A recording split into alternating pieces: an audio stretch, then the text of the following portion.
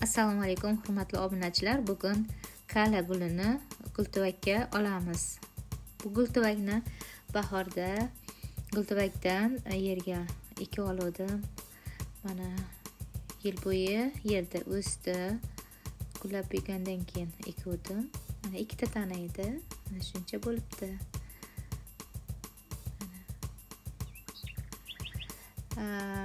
Endi har bitta tanani ko'zdan kechiramiz. Ildizlarini, barglarini ko'zdan kechiramiz. Mana bu yangi bolasi, yangi tuganakdan chiqqan. Albatta qurigan barglar olib tashlanadi. Mana lekin ayrim ildizlar qozib olish jarayonida zararlanadi. Hechqisi yo'q. Tuproq tarkibiga ko'mir qo'shaman va bu albatta chirishni oldini oladi.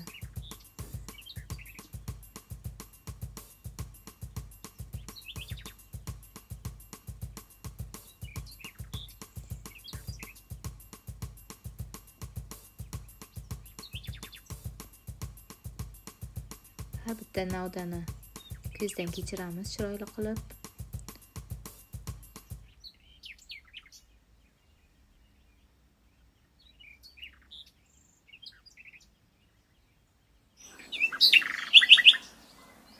Kala gulini vatani Janubiy Afrika hisoblanadi.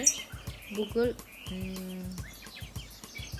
juda suvning ichida qolib ketmasligi kerak. Ildizlari chirib qoladi. Lekin namlikni yaxshi ko'radi. Me'yorida tez ko'payadi.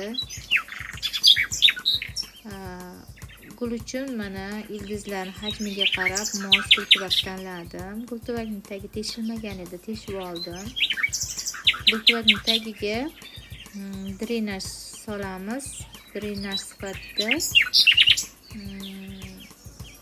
po'kakdan foydalanaman. Bu menga juda ham qulay. Po'kakdan foydalanish. Tuproqni esa universal tuproqni olib, unga vermikulit, sialit yana qo'shimcha soldim. Rexli bo'lishi uchun. Bundan tashqari ko'mir soldim. Keyin asmakot soldim. Asmakot bu uzoq ta'sir qiluvchi o'g'it hisoblanadi. 6-9 oygacha hech qanday boshqa o'g'it bermasa ham bo'ladi. Har bir sug'organingizda ma'lum miqdorda, kerakli miqdorda o'simligini oziqlantirib turadi. Bu gullari oq rangda. Mana yashil massasi ham, barglari qanaqadir juda ham yoqimli teksturaga ega. Rangi ham boshqa o'simliklarga nisbatan och va juda ham chiroyli. Gullanmagan payti ham estetik zavq beradi.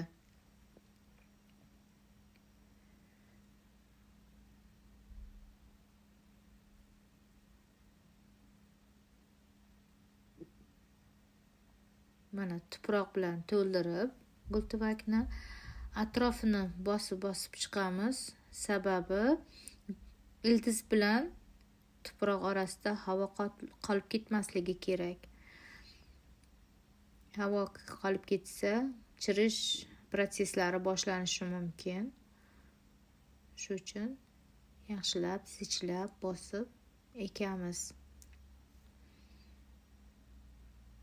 Baribir ma'lum miqdorda travma oldi. Shuning uchun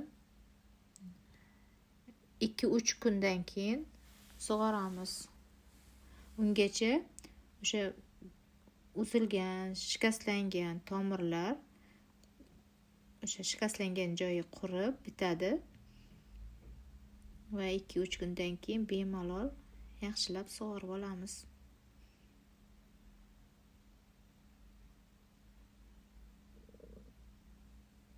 Bu gullar turlari juda ko'p. Qizil, sariq, binafsha, pushti, ranglari bor. Hattoki qora ranglari ham mavjud. Bu gulni judayam turlari ko'p. Yerdan olmasdan uni qishlatsa ham bo'lar ekan, faqat issiqroq regionlarda qilsa bo'ladi. Bizni region esa judayam qishi sovuq, yozi judayam issiq bo'ladi.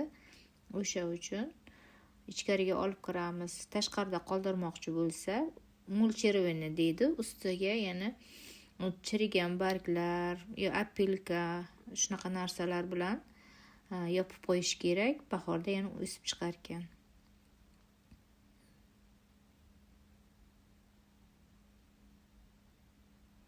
Bu gul asosan ko'pincha bahorda gullaydi. Gullari ham juda chiroyli.